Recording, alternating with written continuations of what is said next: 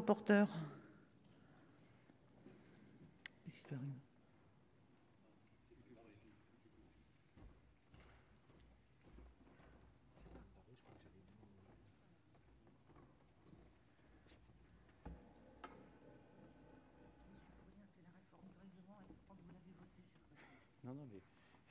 Merci Madame la Présidente. Oui, Madame la Présidente, Monsieur le Ministre, Monsieur le Président, Madame et Messieurs les rapporteurs, chers collègues, notre commission mixte paritaire chargée d'examiner les dispositions du projet de loi en faveur de l'activité professionnelle indépendante est parvenue sans grande difficulté à l'adoption d'un texte commun. Les objectifs poursuivis par ce projet de loi sont parfaitement consensuels: faciliter la vie de nos 3 millions de travailleurs indépendants, aider ces travailleurs indépendants à créer leur entreprise, à la développer et à la transmettre, et enfin mieux les protéger contre les aléas de la vie économique. Parmi les dispositions relevant du champ de compétences de la commission des lois, la plus importante réside sans conteste dans la création du nouveau statut de l'entrepreneur individuel doté de 2 patrimoines, l'un personnel, l'autre professionnel. Cette dualité de patrimoine permettra de mieux protéger les travailleurs indépendants en cas de faillite, puisque leurs biens personnels seront désormais à l'abri des poursuites de leurs créanciers professionnels. Il ne faut pas néanmoins en attendre des miracles, car les créanciers professionnels les plus importants, notamment les banques, continueront d'exiger des sûretés spéciales sur certains biens de l'entrepreneur, y compris ses biens personnels. Ils pourront également lui demander de renoncer à leur profit au bénéfice de la séparation de ces 2 patrimoines, afin de pouvoir saisir n'importe lequel de ces biens dans le cas où leurs créances resteraient impayées. Si la plus-value réelle de cette réforme reste donc à démontrer, elle n'en constitue pas moins une véritable révolution juridique qui rompt avec les principes les mieux établis de notre droit privé. Ces principes pluriséculaires sont littéralement fondamentaux. Ils fondent la responsabilité de chacun vis-à-vis d'autrui dans la vie sociale et économique, et ils sont par conséquent au fondement de la confiance sociale et du crédit, qui n'existe que parce que la responsabilité des personnes est elle-même bien établie. Il ne faut donc toucher à ces principes que d'une main tremblante, en prenant garde aux multiples répercussions que cela peut avoir sur les équilibres de notre droit. Je dois dire, Monsieur le ministre, le texte initial du Gouvernement nous est apparu assez bâclé. Il était certes compréhensible que le Gouvernement veuille faire un geste à l'égard des 3 millions d'indépendants et de leurs familles, à quelques mois de l'élection importante.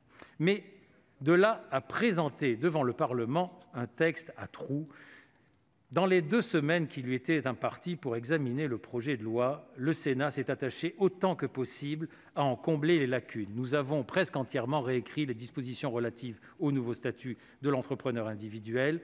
L'Assemblée nationale, par la suite, est revenue à un texte plus proche de celui du Gouvernement. Elle a néanmoins conservé certaines dispositions introduites par le Sénat qui nous paraissaient particulièrement importantes pour garantir la sécurité juridique de la réforme. Je pense notamment à l'articulation entre le nouveau statut de l'entrepreneur individuel et les régimes matrimoniaux, car nous ne voulons pas que le nouveau statut introduise du désordre dans les familles où les époux sont mariés sous le régime de la communauté des biens.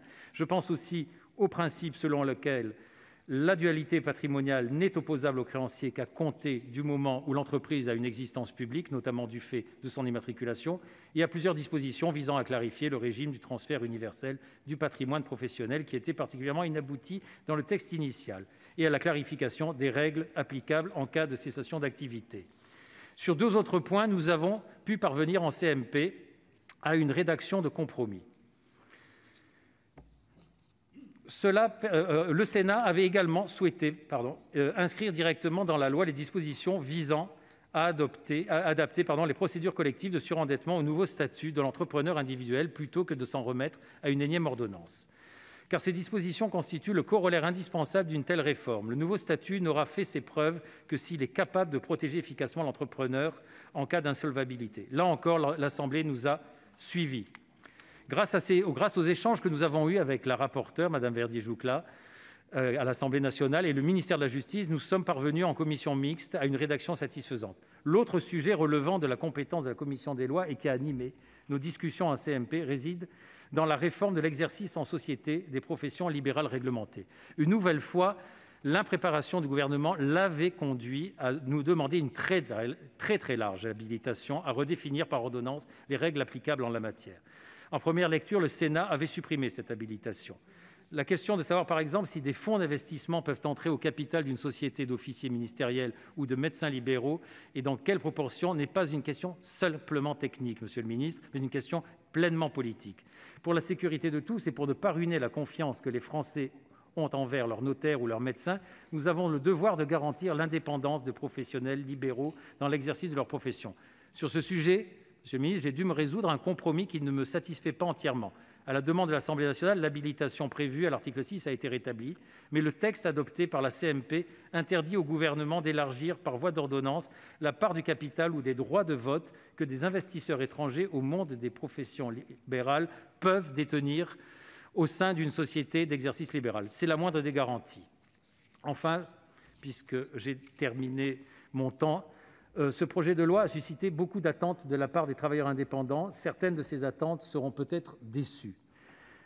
Mais grâce aux évolutions qu'il a connues au cours de son examen parlementaire, on peut escompter que ce texte ne fera pas de mal et qu'il aura même quelque utilité. Je tiens, pour conclure, à remercier mes collègues Frédérique Puissat et Serge Babary pour le travail qu'ils ont accompli dans les parties qui étaient les leurs, et surtout pour les concessions qu'ils ont pu faire aussi pour leur partie en commission mixte et qui paraît constituer aujourd'hui un honnête compromis. J'invite donc le Sénat à adopter le texte issu des travaux de la commission mixte paritaire et je vous remercie de votre attention.